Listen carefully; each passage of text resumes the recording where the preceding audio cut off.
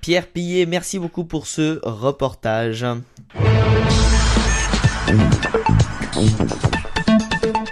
Ne l'appelez plus Grand Stade de Bordeaux mais Matmut Atlantique, cette enceinte de 42 000 places exploitée par Vinci depuis son ouverture en mai portera le nom de cette mutuelle pendant au moins 10 ans. Cette pratique appelée naming, qui consiste pour une entreprise à donner son nom à un stade ou à une grande salle de spectacle, commence tout doucement à se développer en France. Le palais Omnisport Paris-Bercy, qui rouvrira en octobre, s'appellera par exemple l'Accor Hotel Arena.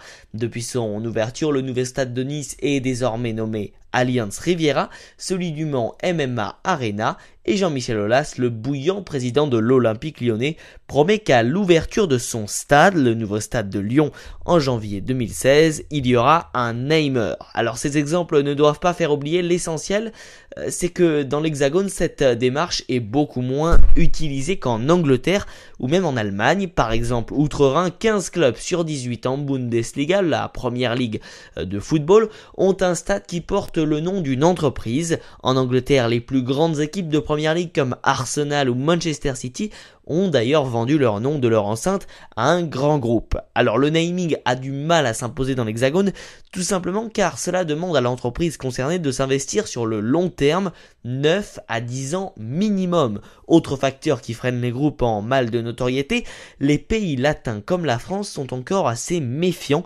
vis-à-vis de cette pratique. Jeudi, pas mal d'internautes se moquaient d'ailleurs sur Twitter du Matmut Atlantique, un nom pas très chic selon eux pour une enceinte sportive.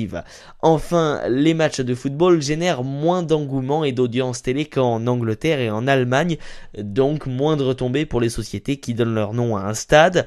La conséquence, c'est qu'en France, il n'y a guère que les assureurs pour se lancer dans le naming. Ils jouent ce jeu-là car ils ont suffisamment de visibilité pour s'engager sur des durées longues. Leur secteur est en croissance et se livre à une bataille féroce pour gagner de nouveaux clients. Compte tenu de ce paysage contrasté, le coût du naming est donc plus mesuré dans l'Hexagone qu'ailleurs. Selon nos informations, Matmut débourse près de 1,8 million d'euros par an pour le stade de Bordeaux.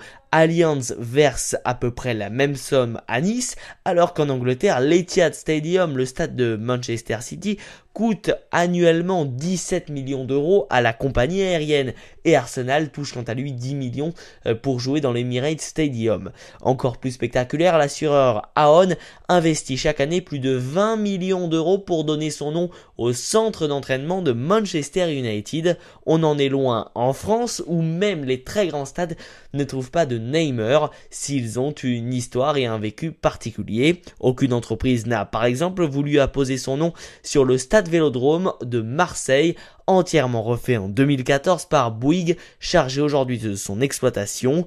Orange, un temps pressenti, ne s'y est finalement pas risqué. Heureusement peut-être pour les supporters marseillais.